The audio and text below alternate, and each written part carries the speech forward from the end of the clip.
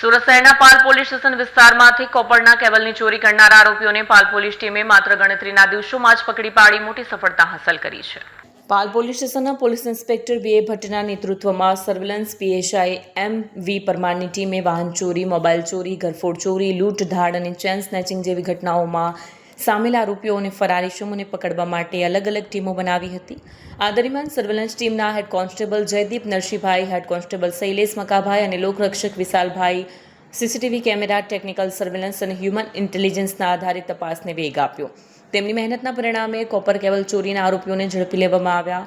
ઉપરાંત આ ગુનામાં સંડોવાયેલા 2 બાળકિશોરોએ પૂછપરછ દરમિયાન અડાજણ પોલીસ સ્ટેશન વિસ્તારમાંથી એક મોબાઈલ ચોરી કર્યાની કબૂલાત કરતા અડાજણ પોલીસ સ્ટેશનમાં પણ કલમ હેઠળ નવો ગુનો નોંધવામાં આવ્યો છે. કેમેરામેન હકીમ શેખ સાથે વસીમ હાસમીનો report, Azad news, Surat. Police commissioner sir Surat शहर, अधिक police commissioner sir sector 2 Surat शहर तथा नायब police commissioner sir zone 7 Surat શહેરનાઓની સૂચના અનુસાર પોલીસ સ્ટેશન વિસ્તારમાં નોંધાતા ગુનાઓ જે છે એની અંદર મહેનત કરીને ડિટેક્શન લાવવા માટે તથા આરોપીઓને પકડી પાડવા માટે જે સૂચના આપવામાં આવેલ હતી તે અંતર્ગત પાલ પોલીસ સ્ટેશનની અંદર ચાલુ માસમાં ચોરીના 2 બનાવો નોંધાવા પામેલ હતા. જેની અંદર વિગત જોઈએ તો બાંધકામની સાઇટ ઉપરથી જે અર્થિંગ સહિત અલગ અલગ કામગીરી માટે વપરાતા કેબલ, જેની અંદર કોપર જેવી ધાતુનો ઉપયોગ થતો હોય, એવા અલગ અલગ પ્રકારના કેબલ્સની ચોરીની 2 ઘટનાઓ સામે આવેલ હતી.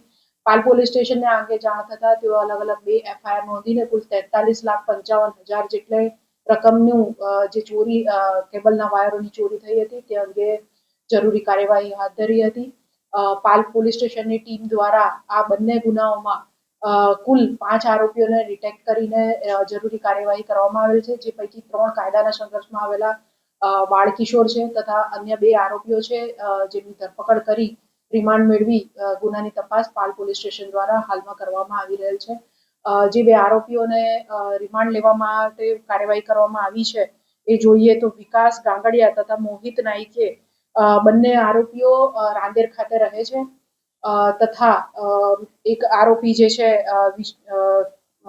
વિકાસ ગાંગડિયા એ અમદાવાદ તથા મોહિત નાઈકે જે છે એ મૂળ મધ્યપ્રદેશના બરહાનપુરનો રહેવાસી છે. આ લોકો અન્ય કાયદાના સંઘર્ષમાં આવેલા બાળ કિશોરો સાથે મળીને એક અલગ અલગ આવી જે બાંધકામની સાઇટ હોય ત્યાં જઈ અને વોચ કરતા હતા અને ત્યારબાદ જ્યાં કોઈની નજરે ના આવે એ રીતના અલગ અલગ મોટા થેલીઓમાં વગેરેમાં ભરીને આ પ્રકારના જે કિંમતી વાયરો હોય તે ચોરી લઈ જઈને તેનો નિકાલ કરતા હતા. આ લોકોની સાથે આગળ આ જે ચોરીનો માલ છે એને કઈ રીતે વેચતા હતા, ખરીદનાર કોણ છે વગેરે મુદ્દાઓ અંગે પાલ પોલીસ સ્ટેશન દ્વારા અત્યારે તપાસ ચાલી રહી છે. આ લોકોનો ગુનાનો ઇતિહાસ જોઈએ તો પાલ પોલીસ સ્ટેશનમાં 2 ગુના તથા અડાજણ પોલીસ સ્ટેશનમાં 1 ગુનો નોંધાયેલો છે.